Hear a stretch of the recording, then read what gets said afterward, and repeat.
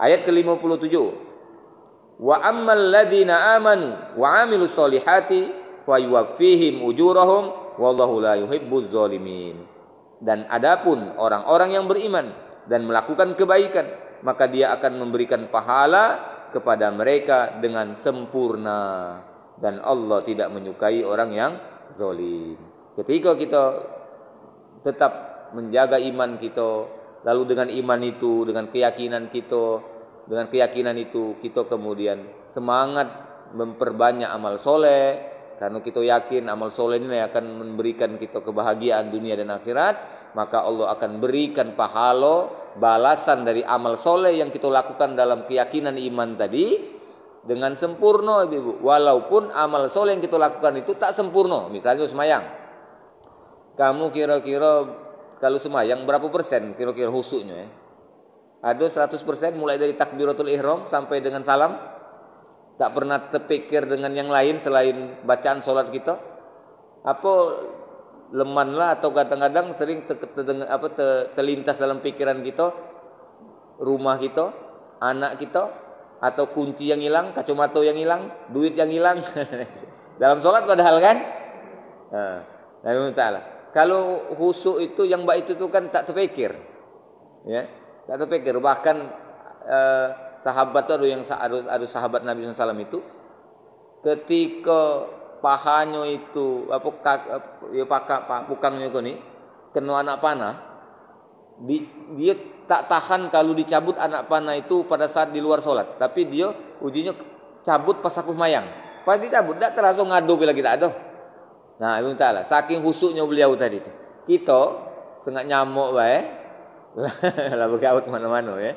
Nah, tapi insya Allah itu tidak membatalkan sholat, Bu ya. Misalnya kita pas sudah takbir Allahu Akbar, kita khusyuk.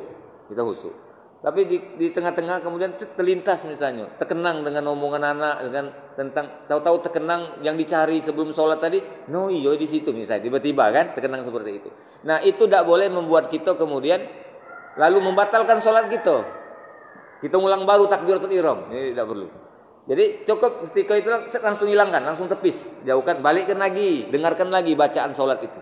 Maka itu mintalah kalau kita berimaman, kalau bacaan imam itu kuat, kita simak bacaan imam itu, agar kita tak dengarkan atau tak terpikir dengan pikiran lain.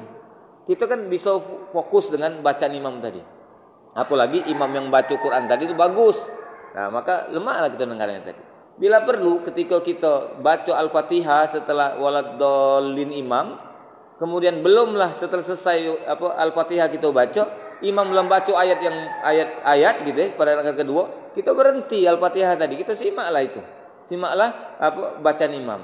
Lalu bagaimana dengan Fatihah kita, Ustaz? Fatihah kan rukun, kita kan makmum. Kan imam lah sudah baca Al-Fatihah di awal tadi, di rakaat pertama. Kita dengarkan. Nah, maka itu termasuk membaca takbir Allahu Akbar kabira itu doa iftitah. Nah itulah Bu, sebenarnya itu kan doa iftitah itu sekali lagi itu hukumnya sunnah. Kalau kita sudah takbiratul ihram, Allahu Akbar, imam belum baca Al-Fatihah, kita baca iftitah. Pada saat kita di tengah-tengah iftitah, tiba-tiba imam ini baca Al-Fatihah, sebaiknya berhenti, dengarkan imam tadi. Ya, karena imam itu, bacaan imam itu dikeraskan itu untuk didengarkan, untuk kita bisa dengar. Dan itu cukup. Kalau seandainya di rakaat kedua tadi kita tak sempat baca Al-Fatihah langsung satu surat penuh, tak sempat. Cukup karena kita sudah dianggap sudah membaca ketika kita mendengar, menyimak bacaan imam di depan. Nah, kalau kita khusyuk mendengarkan bacaan salat, insyaallah pikiran-pikiran yang lain itu tak mudah masuk. Apalagi sambil dengar, sambil kita mikirkan maknanya misalnya. Terkenang kalau yang bahasa Arab itu lemaknian. Kalau orang ahli bahasa Arab ketika semayang lemaknian dia. Yang dia baca, yang dia dengar pasti dia terti maknanya yang apa kan? Itulah yang kemudian membuat mereka yang imam atau yang salat harus menangis dalam salat tadi. Di antaranya kemungkinan besar adalah dia mengerti apa yang dia baca. Tambah khusyuk di itu solat tadi. Nah, kita yang tak ngerti pokoknya dengarkan baik. Puji Allah dalam Al-Quran surah Al-A'raf itu, apabila kamu mendengarkan Quran dibacakan, diam, ya, diamlah, perhatikan, ya, dengarkan dan diamlah. la'allahum turhamun. Niscaya kamu akan mendapatkan rahmat, dapat pahala dan segala macam tadi. Maksudnya seperti itu. Nah, kalau kita sorangan mana? Kita dengarkan bacaan solat kita. Dalam Al-Quran Al-Baqarah sudah kita lewati ayatnya, insyaallah. Ada perintah Allah, wala taqrabus shalah, jangan kamu dekati solat, wa antum sukaro, pada saat kamu mabuk. Mabuk itu adalah keadaan orang yang pikirannya itu tidak bisa dikontrolnya mana-mana. Tidak bisa, Orang mabuk namanya orang mabuk, Nah, hatta sampai dengan ta'lamu ma taqulun, sampai kamu mengerti apa yang kamu ucapkan. Nah, jadi Ibnu Ta'ala artinya kita kalau dalam salat Ibnu Ta'ala bacaan kita itu dengarkan, bacaan kita dewek itu dengarkan. Berarti kita nak kuat-kuat Ustaz. Kami kan ibu-ibu ya. Ibnu Ta'ala kita ni jangankan bacaan dari lisan kita yang keluar walaupun sedikit. Maco dalam hati biar kedengaran. Kedengaran tak gitu kalau kamu diam, mulutnya rapat, tapi baca dalam Quran dalam hati dibaca. Kedengaran kan?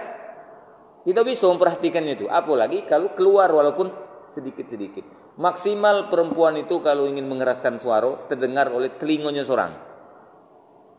Kan seperti itu entar. Terdengar oleh telinganya dewe.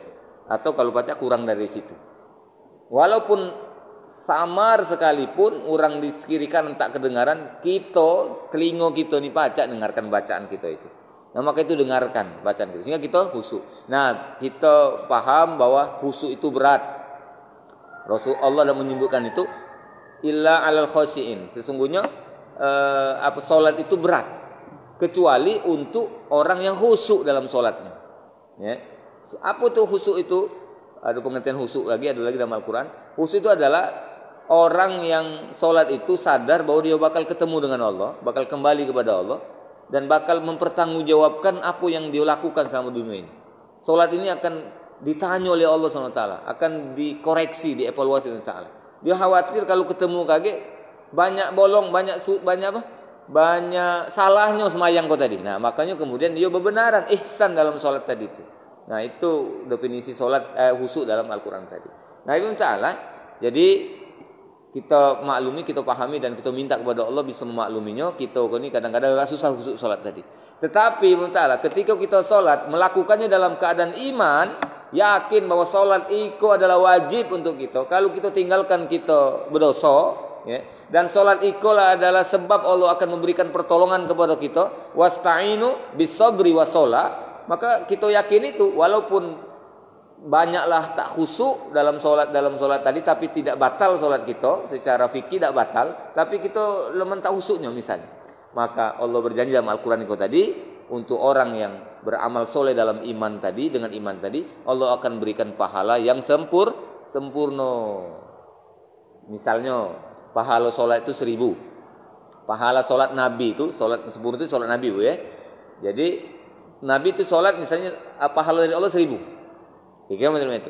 Kita solat karena kita ini solat tadi itu tak sempurna, banyak tak sempurna, banyak tak khusyuk tadi. Tapi kita gawikan dengan iman, mudah-mudahan kita masih dapat diberi Allah Taala 1000 tadi. Walaupun nak sebenaran nilai kita tadi ibarat sekolah, budak sekolah, nilai ujiannya sebenarnya kecil. 50 misalnya, kamu matematika, aku ngoreksi jarang yang ada di atas 60. Dikit ada tapi tak banyak. Apalagi nak 80 100 kalau ujian semester itu, ulangannya matematika ini. Rata-rata ada 40, 50 kan seperti itu. Nah, itu Ta'ala.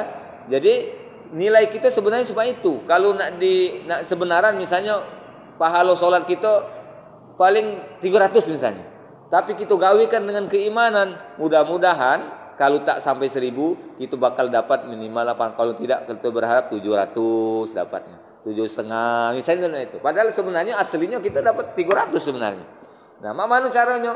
Kita lakukan amal soleh itu dengan iman.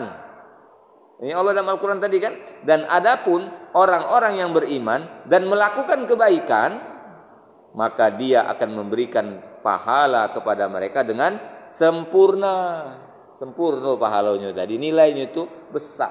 nilainya besar. Walaupun aslinya kecil, tapi karena kita lakukan dengan iman, takut kalau salah, walaupun kenyataannya tak sempurna pada saat dilaksanakan, tetapi pahalanya akan Allah berikan secara sempurna. Nah, itulah makanya kita selalu harus wajib menjaga iman kita ini. Oke, tinggal 5 menit lagi. Saya baca langsung baik.